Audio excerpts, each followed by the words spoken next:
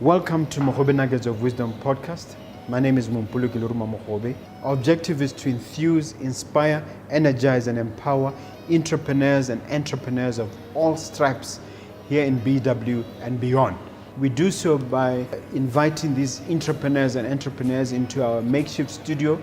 Sometimes we call them to the restaurant, sometimes we go to our studio, and we ask them to share their experiential knowledge, their experiences, and their expertise.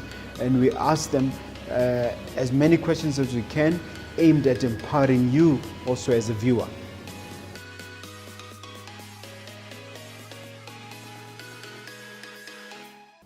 Hello, dear viewer, dear listener. Mompoloki Lerumo Mogobe here. It's a privilege and an honor to come to you once again. We continually bring impactful, powerful content that impacts on your entrepreneurial and entrepreneurial life. So today I have a wonderful guest. I have with me Wilbert Mutoko, who is a motivational speaker. He holds a PhD, and he's a speaker of repute. But as always, I'd like to leave it to my guests to introduce themselves. Can you introduce yourself to the viewer? Who are you and what is your background? Thank you, Reactive Mogobe. I really appreciate the opportunity to be on your platform. I've been following your show for some time and I enjoy it. And I would like to greet the viewers. And as you have already said, my name is Wilbert Mutoko, a speaker, inspirational speaker. I'm an author of 4 books, 3 on financial freedom and 1 on relationships. What are the titles of those books, out of curiosity? One is called What You Have Is Enough. The other one is called 15 Secrets for Personal Financial Success. The other one is called 16 Mistakes Singles Make, Volume 1.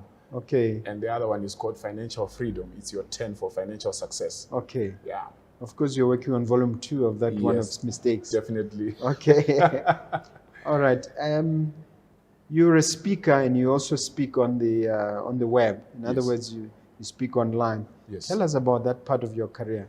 Okay, I'm a certified speaker, certified eSpeaker and online facilitator. And I'm also an executive coach, which means I help directors, managers, and CEOs to build winning teams.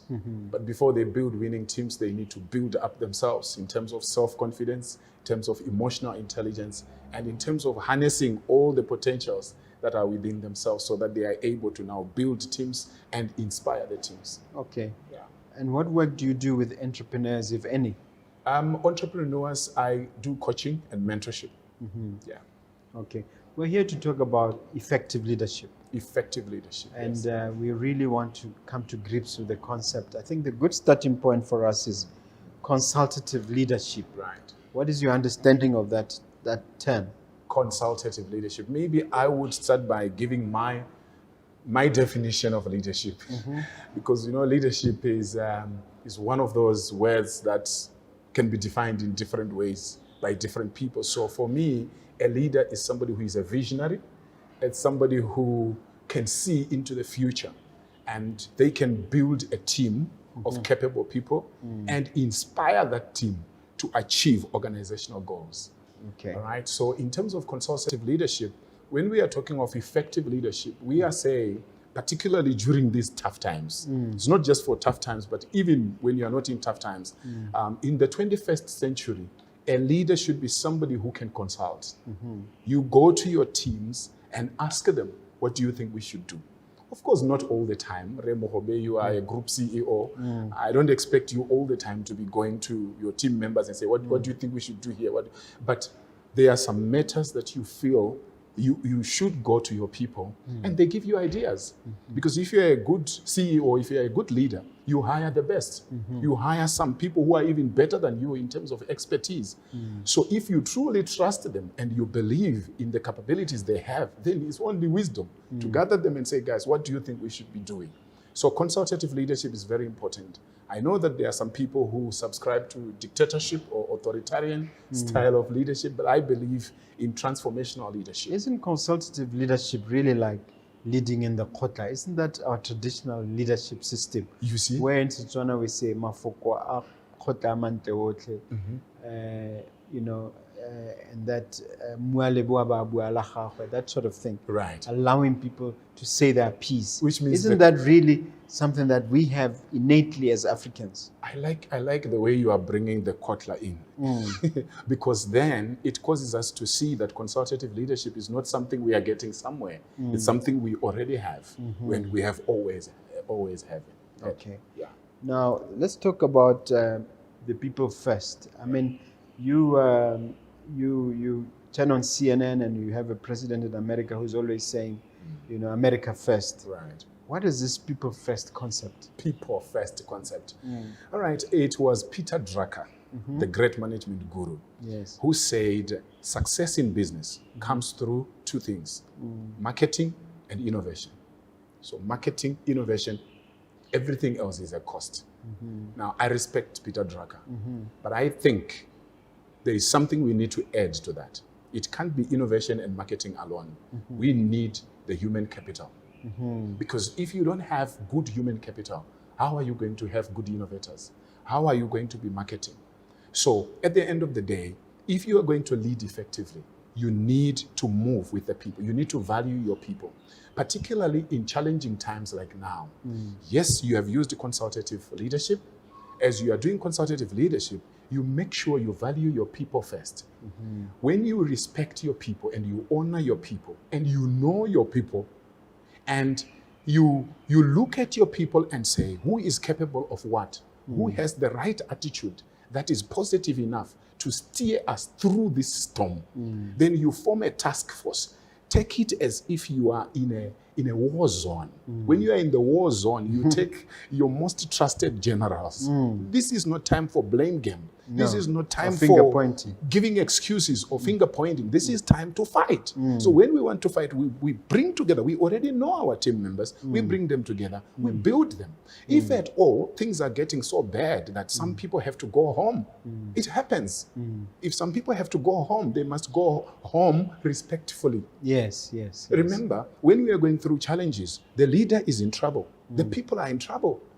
Like you find that right now, some people are working from home. Working from home is something we were used to. Working remotely from home. And if your leader is quiet and is not talking to you and you don't even know where you stand anymore, people get stressed, people get depressed. So I believe a good leader, an effective leader, an excellent leader needs to put their people first. No, that's very well spoken. Incidentally, what is your master's and PhD on? Is it on any of these things you're talking about? The master's is on HR. On Human resources. Staff motivation. Yeah. Yes. And then the PhD is on entrepreneurship. Okay. SMME development. Wow. Yeah. It does reflect. That's why I was moved to ask. Okay. Now, people, I've led a lot of people and I've worked with a lot of people who avoid meetings like a plague. Yeah. People don't want meetings. People say meetings are too long. Yeah. I've had that problem with some of my managers, and eventually I had to part with them. But here you are saying that it's important to have regular meetings and effective communication. In other words, regular meetings are important for effective communication. Yes. Make your case. Good. Why do you think that is important? When I coach directors and managers, CEOs, when I ask them, there is a time when we talk about time management. And when we're talking about time management, I ask them, what are your major time killers? And top of the list will always be too many meetings. Right? So at the end of the day, what we are saying is, especially when you are in war zone, when you are in COVID-19, when things are difficult, we are not saying when you don't have troubles, you don't need to have effective communication. But what we are saying is, especially now, the time that we are in, Remohobe, the leader, you should not be so overwhelmed and you are sitting somewhere in a corner and your people are seated in another corner. Probably you used to have regular meetings face to face. Now it's no longer possible. We need to learn to have virtual meetings. But the challenge that I see coming up over and over among entrepreneurs and leaders is that many leaders believe that when people are now working remotely, they are not working. They are just getting the salary for nothing. So better 5 hours in a meeting, 6 hours in a meeting, you have to. That does not bring productivity. At the end of the day, we have goals to meet. 15 minutes should be good enough for an effective Because leader. you need to get to the point. Get to the Meetings should be point. short. Yeah. Get organized before your meeting. You know, there are times when somebody comes in, they are chairing a meeting and they say, yeah, so who can be our secretary? You take 10 minutes looking for secretary. Yeah, yeah. You could have done that before. Yes. If there are very key issues, you could have discussed them before the meeting. Yes, with yes. those people you know you are going to be arguing and wasting time. So 15 minutes, 30 minutes maximum.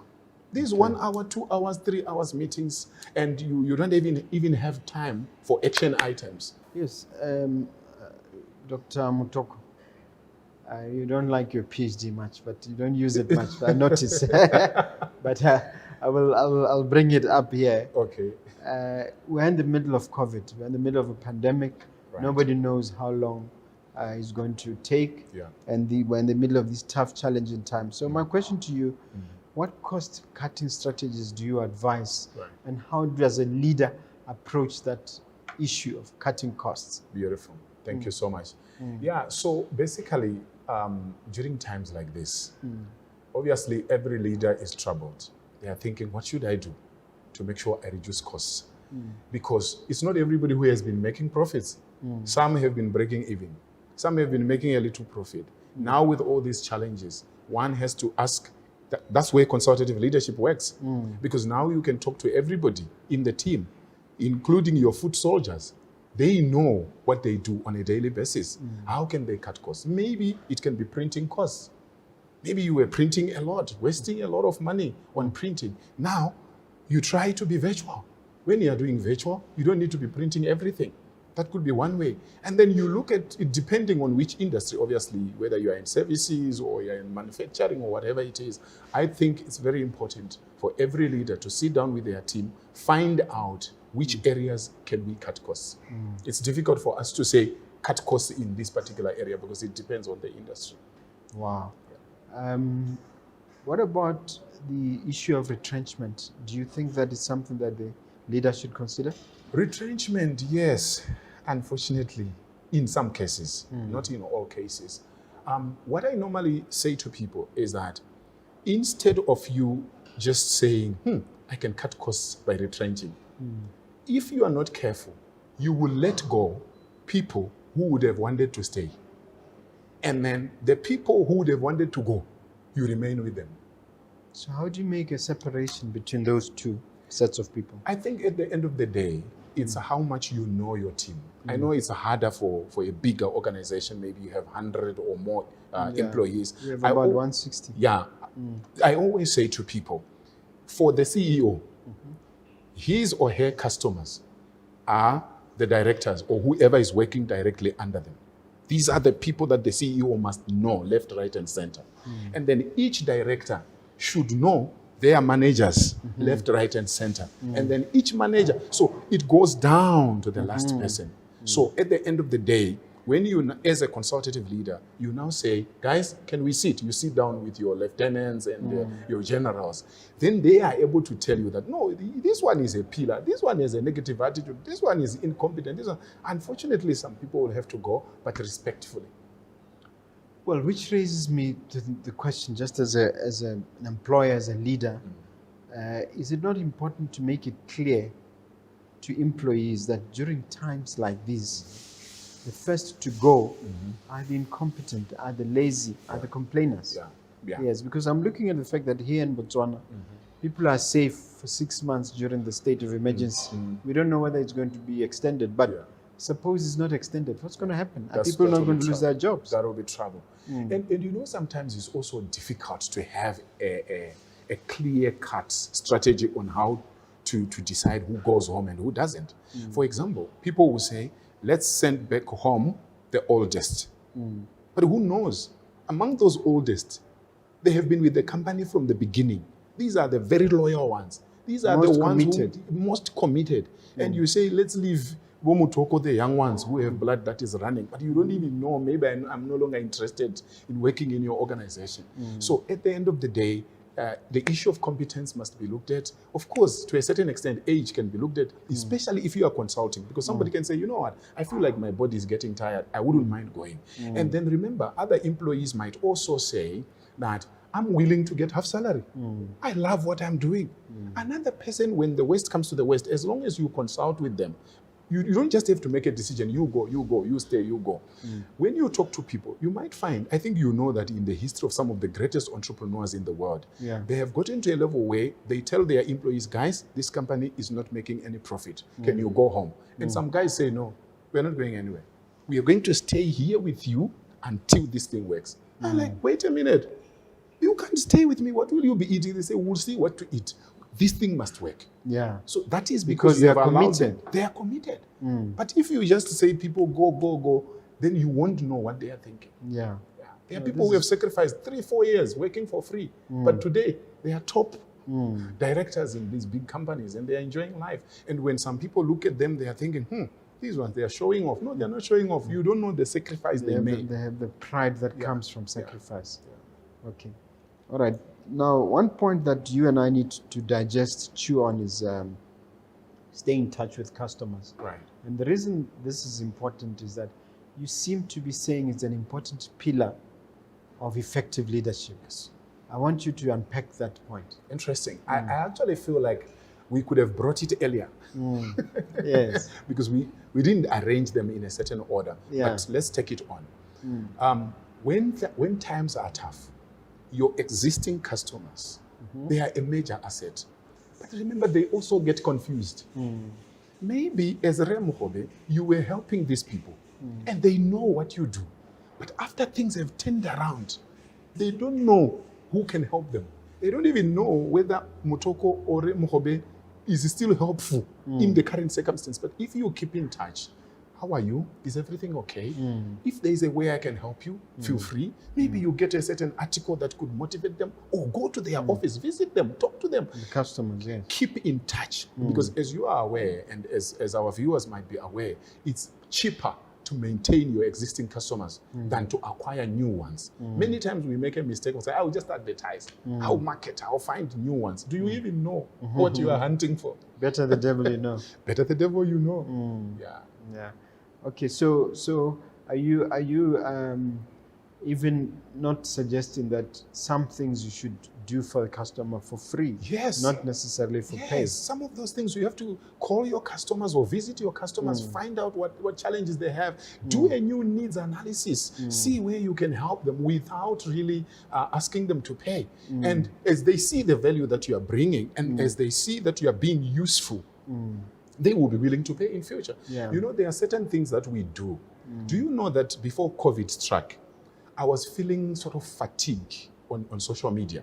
So really? I wanted to take leave until I read a certain article that was saying, during tough times, if you stand with the people and you publish more and you help people, people will not forget you. They'll remember you. Then I said, okay, let me sacrifice. Reactive Mogobe, I interviewed people. From the beginning of COVID, I have interviewed more people in my life than ever before. On Zoom, on Zoom, interviewing people, talking about emotional intelligence, talking about leadership, talking about entrepreneurship. And then when COVID sort of eased out in Botswana, do you know people started sending messages? Dr. Mutoko, thank you. Wow. Thank you for helping us through the COVID. Oh, we were scared. You kept inspiring us. So I said, okay, I could have decided to fold my hands. I would have sort of betrayed my connections, my family, and my followers. Tell us how that works. How do you work with people through e-training or e-motivation, e-whatever? Right. Tell us how it works in practical terms. In practical terms, what we are saying is we used to talk to people face-to-face. Now, because of the COVID-19 crisis, we can no longer talk to people face-to-face that much. So what do? We have to learn new skills. We have to get new competencies. We have to get new knowledge, train ourselves to use Microsoft Teams, to use Zoom, to use any other way that we can so that we can communicate with people and be able to help them where they are. Wow, that's great. So the love for people propels us to I go just that have extra the passion for this next point, personal development. Right. I'm a great fan of Jim Rohn. I'm a great fan of Zig Ziglar. I'm a great fan of Les Brown. People like that when it comes to personal development. Right. Tell me, why do you think that's an important pillar of leadership, effective leadership? Beautiful. Thank you so much. You know, without personal development, the way I see it, is like bathing. If you are not bathing, you cannot say, I bathed a lot last month, so I'm on holiday this month. Yes. You need to develop yourself on a daily basis. Now, one thing that challenges me is that a person like Warren Buffett, the CEO of Berkshire, Berkshire. The third or fourth richest man right in the world. Now, he's one of the richest men in the world. Around 2008, he was the richest man in the world. He doesn't seem too concerned about being the wealthiest anyway. Yeah. But right now, he is 90 years old. And he studies every day for hours. Hours. I read he 90-year-old. six hours a one day. of the richest. 6 hours, right? Yeah. And he That's what I read. is in the top 5 CEOs in the world. But he is still reading. Now, Mutoko is CEO of XYZ with 2 employees. He's not studying. But he is praying to God.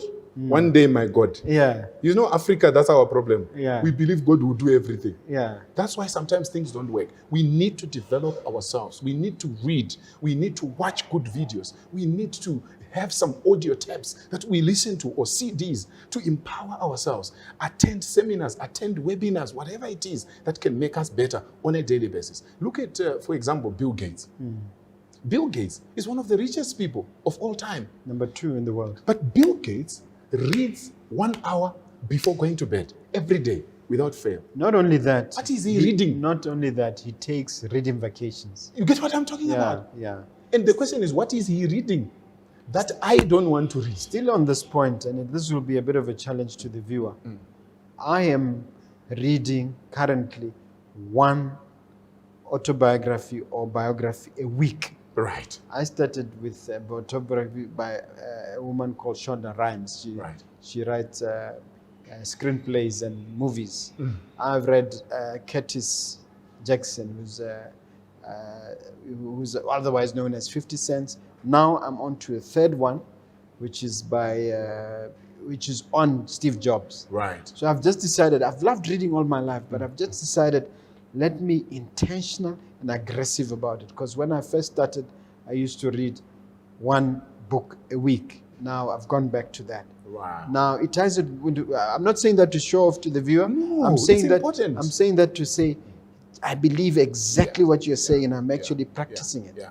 And I'm not surprised why you are a successful entrepreneur. Because if you are not growing, you are dying. And you know, we have some of our people, they may not like, some people don't like it this way, but we are here to tell the facts, isn't it?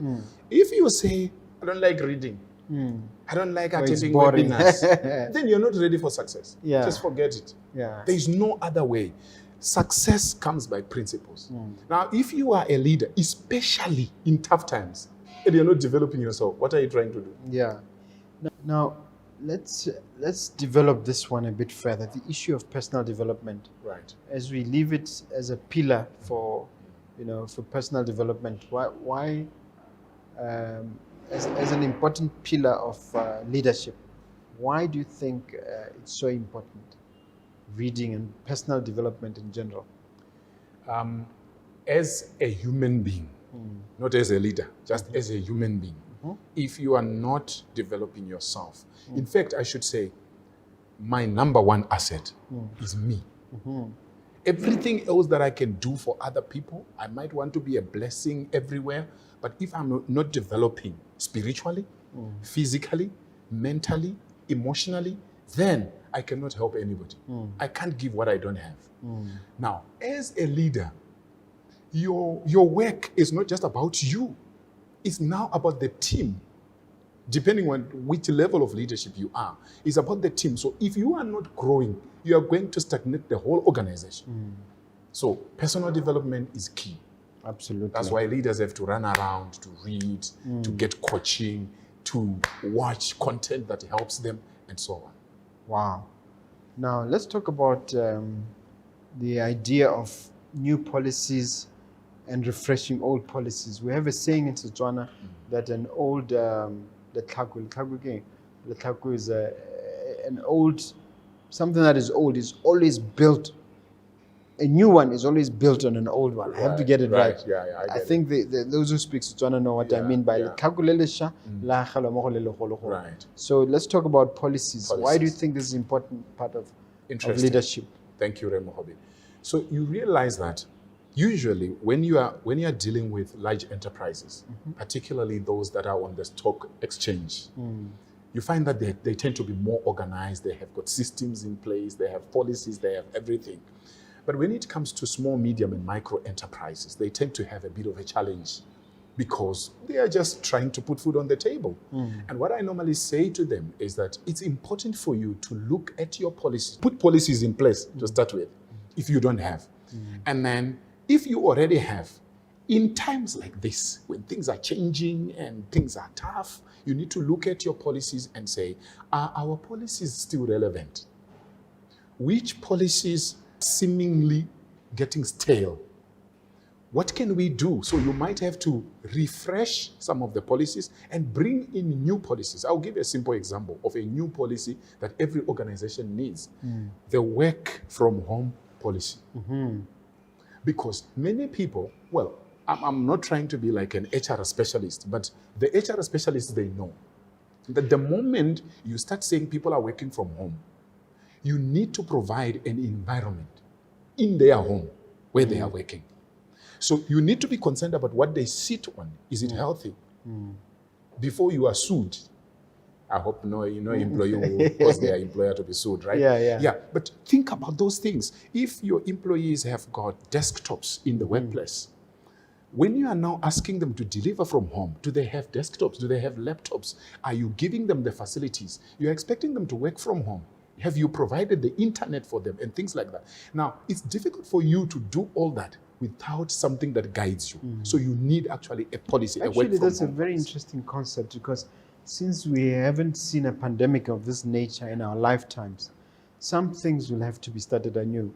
For instance, do employees come to work in their pajamas?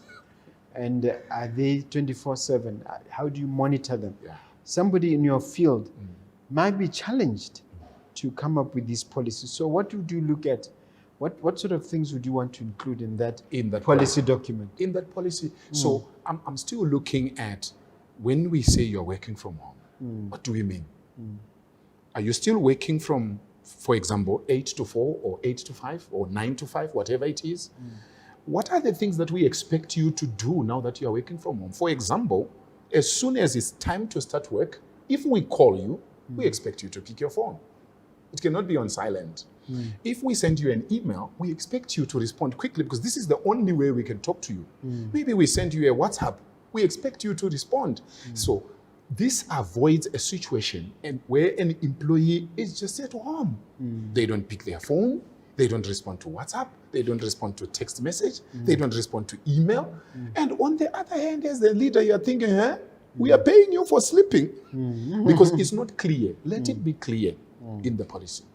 And many other things. I mean, your usual things that you would post. So are these the sort of services that you'd provide to corporates to give them guidelines? I do that when I'm coaching. When I do executive coaching, I do that. But a training program per se, where I train people on that. All right. Now let's go further. Let's. I'm enjoying this conversation, but let's go further. Being proactive and not reactive. Right. That's very, very important. Right. Can you be both? And why is one better than the other? That's a good one. Okay, so for starters, being proactive means you. In fact, I normally like to give it this way. Have you ever seen people playing boxing? Or maybe they are doing wrestling? I've seen boxers. I've watched boxing. Boxers, right. Can you imagine a boxer whose strategy is each time they get in the ring, they wait to be punched first, then they will punch back. All the time. What if you are punched and you pass out? So you need to be proactive. You get into the ring and you study the guy, you are the first to punch. If you are reactive, you are the type that waits. Things happen to you, then you will do something. So we have some leaders. You're a counterpunch. What's wrong with being a counterpuncher? Counterpuncher is okay. But like I'm saying, what if the punch is so big? You can't wake up. You know? So I think as leaders, we need to be more proactive. Like you will agree with me that even with this COVID-19, there are certain institutions that had already gone online before COVID. So they were already doing something. So when COVID struck, they already had some systems in place. What they did was just to beef up. So when we look back now, we are thinking, wow, they are so smart. How did they maneuver? Because during COVID-19, when you as a director or as a CEO or as an entrepreneur, you are thinking, oh, we are finished. How are we going to do this thing? You want to buy laptops. Nobody is sending laptops from anywhere. You are closed. How do I get Wi-Fi? And, people they were panicking. That's a bit being reactive. But those who were proactive enough went ahead. But do you realize that now that things are getting a bit easier, some people have already forgotten. They are not anticipating something worse than COVID. So those who are proactive are already saying, whoever brought this COVID, whichever way it came, we can have something worse. What are we doing to make sure that when problems come, we are in advance? We are not retreating. To mitigate the risk. Okay. So there are times when you are reactive because things have happened without you having planned, but it's always important to be proactive. And I think under proactiveness, it also includes things like saving money, whether as individuals or as corporates, or even as governments. When you save money during tough times, in my book, 15 Secrets for Personal Financial Success, I talk about emergency fund. Do you know there are people such that, even if their iron stops working today, they are doomed. They can't even go to work. I think this is an opportunity to remind the viewers that you cannot survive in the long term and you cannot be financially successful unless you put at least a percentage of what you earn each and every time. I think it's a basic concept that you can pick from any book, whether it's Think and Grow Rich, whether it's The Richest Man in Babylon.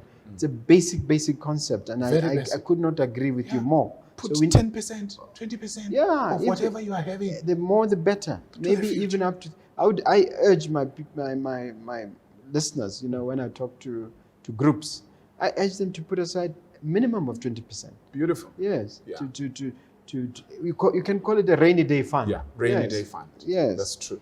All right, let's talk about the idea of the teams being retrained. Right. Because we engage in training, although I must say at Mogobe Incorporated, we're not taking full advantage of it. Okay. And it's something that I'm talking to my team. Right. But there's provision for training in terms of the training levy. Yes. So, but you're going further, you're saying not just training, but also retraining. Retraining. Speak to that point. Beautiful. So, good leaders, they always make sure they train their people. Because it's about the attitudes, the skills, the competencies, continuously improving.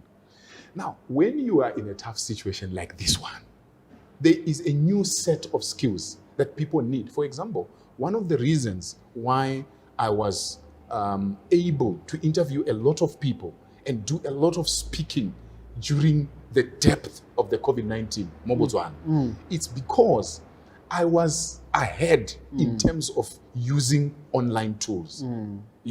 Because I belong to the Professional Speakers Association of Southern Africa, and those are things that we have already been talking about. Can you do a little shameless pitch on SASA? Tell them about that. Okay, so the Professional Speakers Association of Southern Africa is not just about South Africa. It started in South Africa, but now it's growing to the rest of Africa. Yes. I'm privileged to be the first person in Botswana to join. So I'm actually part of the leadership of the SASA. We were together in January, chapter. remember? Yes, we were together in January at the Travel Lodge. Yes. Yeah. So this is a place where we learn how to speak. We learn how to relate with people. When we share ideas, it's not like this one is the most powerful one, but we have masterminds where we learn from each other. And improve your skills. And anybody can join. So how does it help with training and retraining? Okay, fine. So obviously, SASA has their training programs, but as a member of SASA or as an individual, as Wilbert, as long as I have a particular platform that I understand, for example, I think I know because I understand Zoom so much, but it's not only Zoom that I understand. I understand Zoom, I understand MS Teams, obviously the simple ones like Skype, WhatsApp and stuff. But with Zoom, I've been and you're using self-taught. Zoom. Yeah, mostly so self-taught. Yeah, you go on YouTube, you can learn everything there. Yeah, you go on Google, you learn, and you keep experimenting, you mess up. So how is this important for entrepreneurial leadership? It's very important because right now, you see, particularly in Africa, we have huge opportunities. Look at how e-commerce takes place in the US. Look at how e-commerce takes place in China.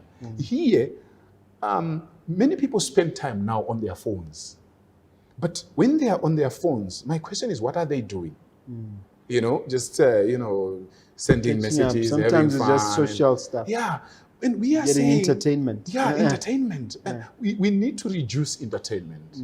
If we are going to build successful organizations, if we are going to become massively big and sustainable, we need to be on the phone. While you're on the phone, ask yourself, how does WhatsApp make money?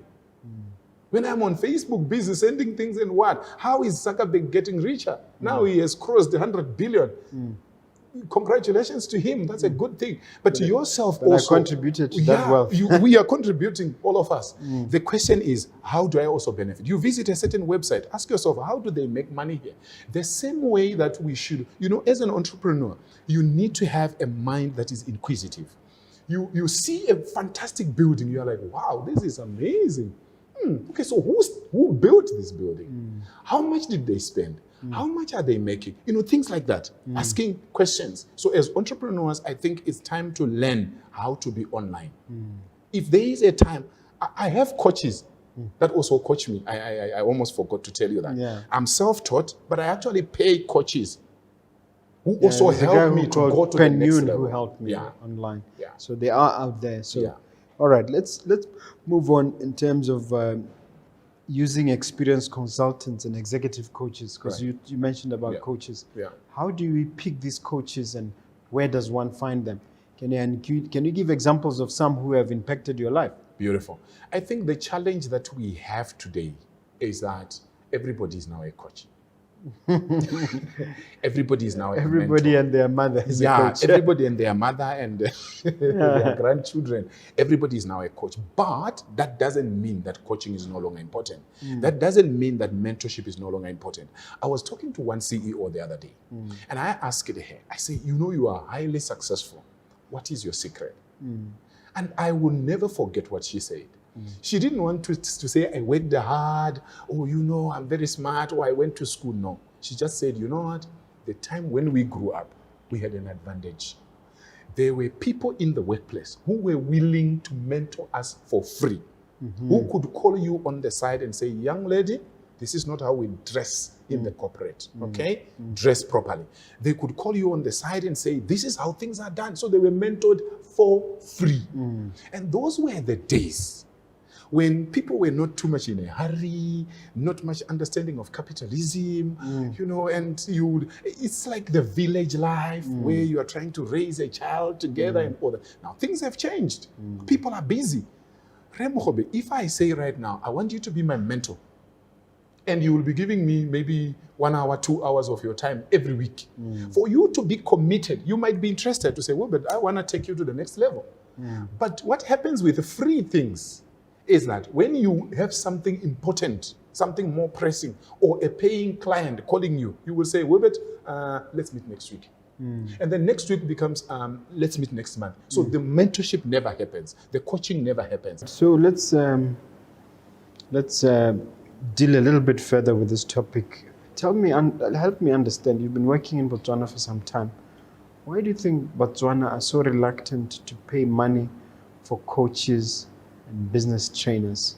Where does this come from? Why do they want even such important things for free? That's a very good question. Thank you very much. Sometimes we never know whether it's only Botswana or it's other people. I can only talk about my people. Yeah.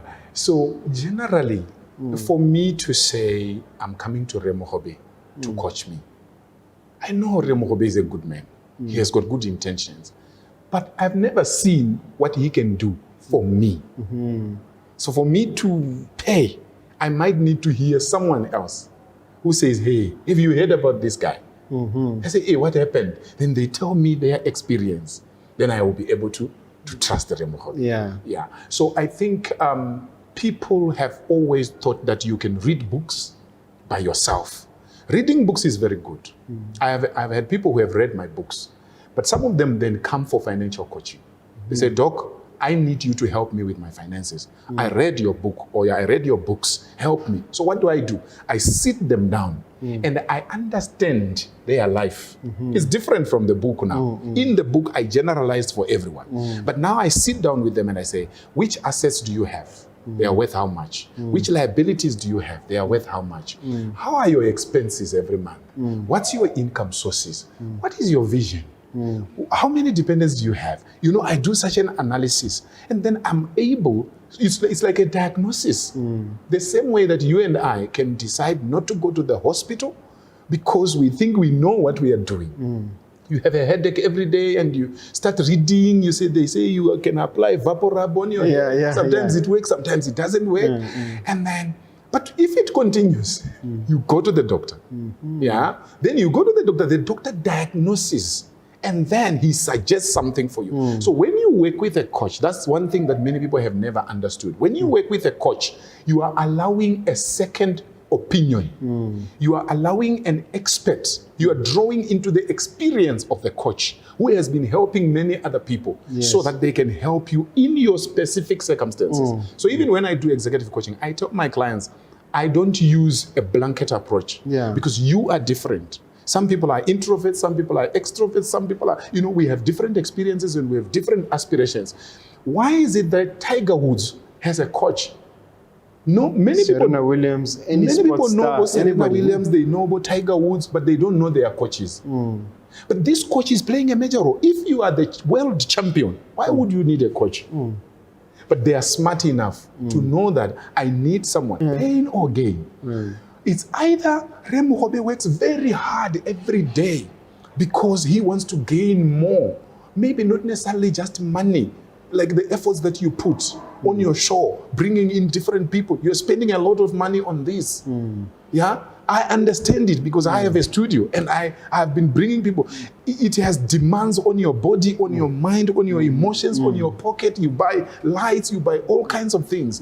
And it's because of the gain. You are seeing more Botswana becoming, enlightened. I was watching some of your videos and there were people who were commenting that, you know what, you are actually raising a generation. There was a comment like that. And I said, yes, this person has seen very well. So Lerumo Mogobe is spending so much money on this. The same way I spend a lot of money on this. It's important. It's important. This thing costs nothing less than 2,000 pula. Just this microphone. Well, a lot more than that, but let's leave that one. You see what I'm talking about? It's an investment. So you are excited by the gain of seeing more people coming up and becoming more successful entrepreneurs. Absolutely. So creativity and innovation comes either through pain or through gain. So in an organization, if we want our people to be more creative and more innovative, let's reward creativity. The same way they do it, companies like Google. They do. They go out of their way to reward their innovators. Now, we've come to the end of our time together, Doc, they call you Doc. Could you look at the camera, that one I believe, and just inspire the viewer. And then perhaps even as you do that, offer them what services you can give them and indicate how they can reach you. Thank you very much, Lerumo Mogobe. I really appreciate the time. Thank you, our viewers. We appreciate your time. I want you to know that regardless of the challenges that you are facing right now, there is no storm that lasts forever. Every storm will come and it will go. These challenges that we are in, this is your time to develop yourself, to become strong emotionally, to become strong mentally, to become strong physically, even in terms of your physical fitness, to become stronger even spiritually. And this is a time for you to help more people. When COVID-19 struck, one day, a certain person was knocking on our gate. And this person, we didn't know the person. And they say, we are dying of hunger. I'm like, I called my wife. I say, this person is saying they are dying of hunger. What do? We took from whatever we had stored for our family, the joy of giving. Before I knew it, a WhatsApp comes in from a different person. This one I knew them, but we had never met. They are saying, you know what, if you don't help us, things are not going well. And the joy of being able to make life easier for others. That's one thing that excites me. I wake up every morning and I'm excited. What can I do for Botswana today? What can I do for Africa today? I think all of us need to wake up with that desire. It's not always about money. It's not always about material possessions. It's okay to have those things. You know, when I was growing up, I was thinking when I grow up, I want to have big cars. I want 7 of them, one for Monday, one for Sunday, one for Tuesday, and then I have another one for funeral, and I have another one for wedding, and then I have a 100-bedroomed house, you know, so that people can see me. As I started reading and being coached and being mentored, I learned that no, that's not life. Life is how many people you can empower. That's leadership. Leaders have a vision. Leaders inspire others to do better. Leaders grow others. By the time you leave the world, you will have left multitudes of people. So that at your funeral, people should not be crying. They should be dancing and celebrating a life that has been well lived. Thank you so much for your time. I appreciate you. My YouTube channel is called Dr. Wilbert Mutoko. I'm on Instagram, Dr. Wilbert Mutoko. I'm on LinkedIn, Dr. Wilbert Mutoko. If you want to email me, wilbertmutoko@gmail.com. Thank you. I love you. Bye-bye. Look, as we conclude, let me thank you. Yes. I see the difference you are making, the impact you are making. Yes. I will invite you again. This is just the beginning of a long, or a continuation of a long association, I believe. Thank you very much, Doctor. I appreciate you, sir. I appreciate the work you are doing and your team. God bless you. Thank you very much. Yes. Yeah.